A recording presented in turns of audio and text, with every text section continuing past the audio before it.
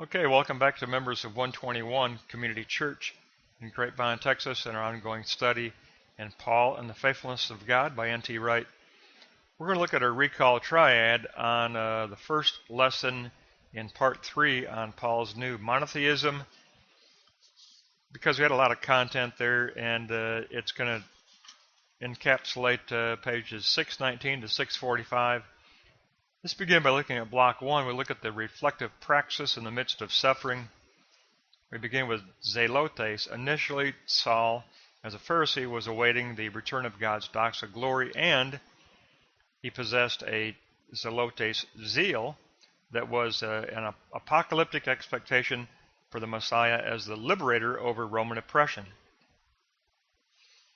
For reflection, Paul reflectively turned to Psalm 44 and believed that he was on the way to the true inheritance where the elongated exile of oppression would end. But as a believer, after confronting the resurrected Christ under renewed mind, Paul of the eschatological turn, he posited Romans 8, where the one God has taken up the sufferings of the world into the true Son, the true Messiah. Suffering has been taken up in Christ, the resurrected Christ, for Paul. And that takes us on to block 2, because suffering is conquered through judgment for Paul. He begins with the concept of Afra. A new attitude of indifference had replaced Saul's earlier legalism. He came up with the concept of the Ecclesia tou Theou, the Church of God, became his new apocalyptic marker, Ecclesia tou Theou, the Church of God, the called out ones of God.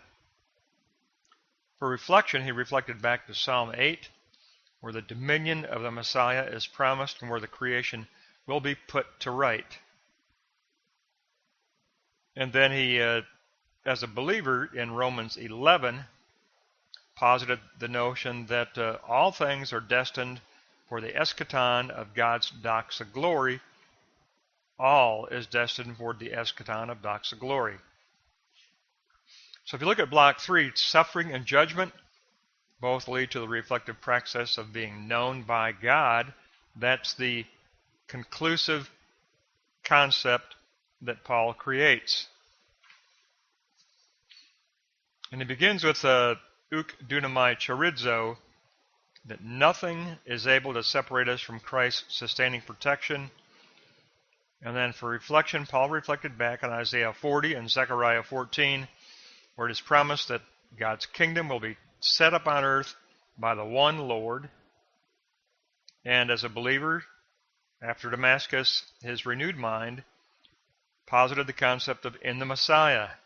In the Messiah becomes the fulfillment of suffering and judgment, and for those in the Messiah, they are known by God. For all those of the ecclesia who are in the Messiah, Paul says they are the ones known by God through the Son. So our encapsulating recall triad consists of victory over suffering, as promised by God in Psalm 44. And then the means of that overcoming of suffering is going to be through judgment in block 2, where Paul posits the notion of Ecclesia tou Theou, the called out ones of God. And according to Psalm 8, all creation will be put to right through the Messiah. And therefore, Paul believed that all of creation was destined for doxa glory in Jesus Christ. All of creation, all of humanity is destined for God's purpose of bringing creation to doxa glory. Therefore, Paul's brand new rewritten monotheism is all about one God and one people. His new monotheism includes both. It's one God and one new people of God. So it's one God and one ecclesia, unity of called out ones. So it's the one God automatically implies the one family of God. in Paul's new monotheism. Therefore, he comes up with the concept known by God. All members of the ecclesia are known by God, known efficaciously because their names are written in the heart of his Son, Jesus Christ, who is at his right hand. Therefore, all those in Christ are known by God the Father. All those in the Messiah are known by God. Got a great little recall triad here. That's going to wrap up pages 619 to 645.